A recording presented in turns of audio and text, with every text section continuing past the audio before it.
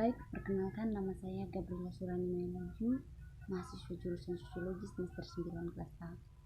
Pada video kali ini, saya akan menjelaskan tugas dari mata kuliah Sosiologi Tergerapan yang ke-14 tentang internet dan masyarakat.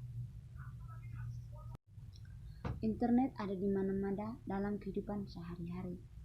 Di internet kami mencari informasi, merencanakan perjalanan, membaca koran, artikel, berkomunikasi dengan orang lain dengan menggunakan email, pesan instan, ruang obrolan, telepon internet, papan diskusi, milis, konferensi video.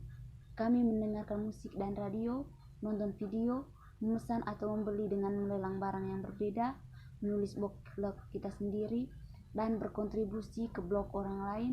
Kita bertemu orang lain, mengumpat dengan orang lain, belajar dan mengenal orang lain, jatuh cinta, menjadi teman, atau mengembangkan hubungan intim. Kami menjaga kontak dengan orang lain. Kami perlu menguji, mengakses situs pemerintah, belajar, bermain game, menciptakan pengetahuan bersama dengan orang lain di wiki, berbagi ide, gambar, video. Kami mengunduh perangkat lunak dan data digital lainnya, dan sebaliknya. Di internet kita juga bisa merasa tersesat, bingung, tidak puas, takut, bosan, stres, terasing, kesepian, dan sebagainya. Informatika sosial adalah istilah yang banyak digunakan untuk bidang penelitian ini. Dulu didefinisikan sebagai studi disipliner tentang desain, penggunaan dan frekuensi dari TIK yang menghitungkan interaksinya dengan kelembagaan dan budaya kontekstural. Definisi ini menyeratkan bahwa baik proses desain sosial TIK dan penggunaan TIK sosial penting. Istilah internet dan media baru dipahami sebagai konteks teknologi. Konsep oleh banyak orang, atau meskipun mereka sering digambarkan sebagai sistem teknososial oleh ilmuwan sosial. Karena itu pendapat saya adalah penelitian internet dan penelitian media baru bukanlah istilah yang dipilih untuk bijak karena bisa menyampaikan kesan dari pemahaman determinis teknologi.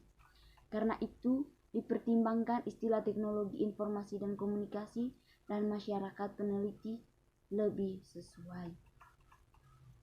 TIK adalah istilah yang digunakan untuk teknologi kognisi, komunikasi, dan kerjasama yang terkomputerisasi, atau yaitu bekerja dengan logika digital dan jaringan.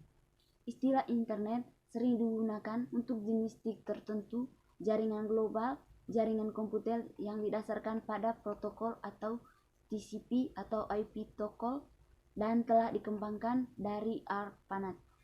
Banyak analisis dari hal ini dikhususkan untuk internet dalam memahami ini. Namun kategorinya internet tidak hanya dilihat sebagai satu jaringan tertentu, tapi sebagai fenomena umum dari interkoneksi jaringan teknologi berbasis pengetahuan dan sistem sosial berjejaring. Sosiokonstruktif memandang bahwa hanya masyarakat yang membentuk teknologi. Tak ada habisnya loop dinamis yang terlibat dalam pendekatan ini didasarkan pada gagasan bahwa manusia masuk bentuk masyarakat, yaitu desain dan penggunaan TIK, dan dalam teknologi proses ini, kondisi yaitu memungkinkan dan membatasi kognisi manusia, komunikasi, dan kerjasama.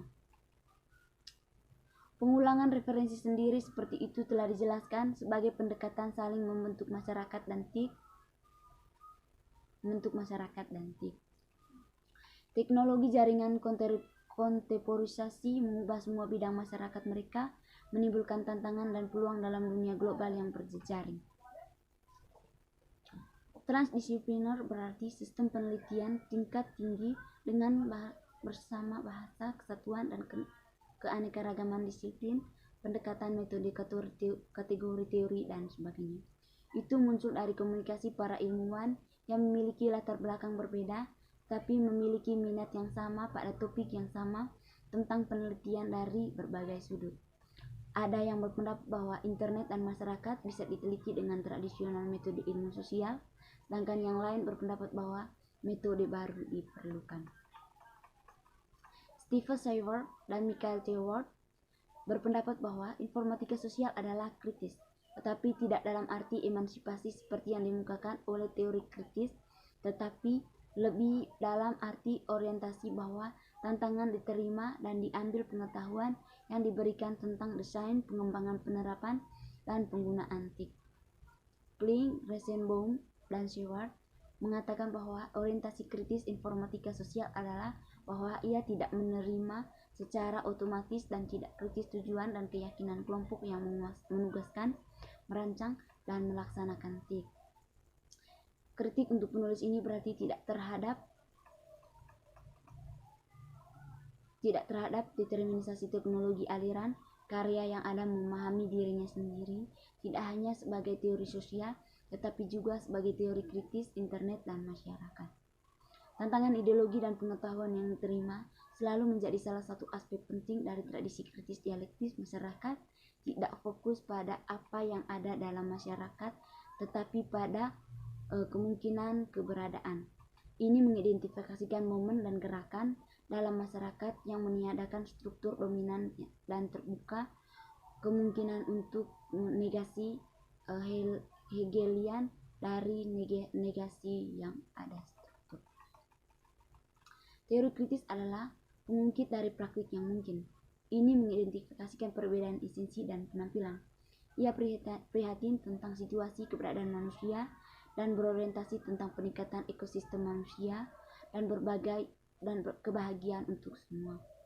Ini menunjukkan kecenderungan dan kemungkinan nyata perkembangan dan intervensi manusia, kondisi, dan perspektif praktis manusia.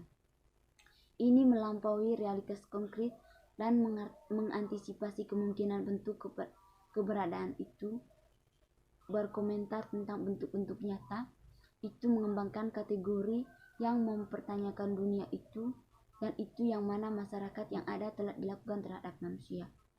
Bahasa teori kritis mengkritik pemikiran suatu dimensi dengan menciptakan alam semesta linguistik dan teoritis yang kompleks dan dialektis. Kategori tertentu dan faktor sosial tertentu tidak dianggap wajar, tetapi sebagai sejarah. Teori kritis adalah dekonstruksi ideologi.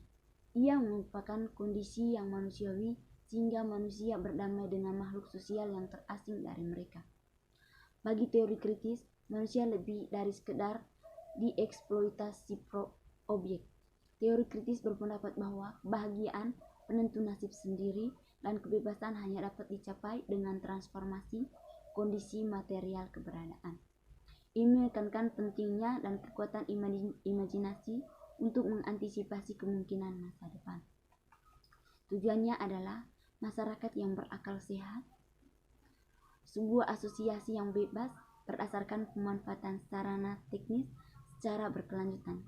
Itu dimulai dari penghakiman bahwa kehidupan manusia dapat ditinggali atau dapat dan harus dibuat layak huni masyarakat tertentu dan kemungkinan khusus untuk meningkatkan kehidupan manusia dan cara khusus untuk mewujudkan kemungkinan ini.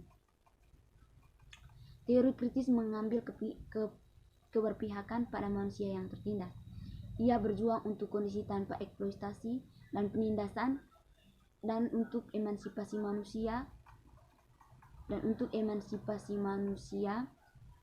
dari hubungan perbudakan.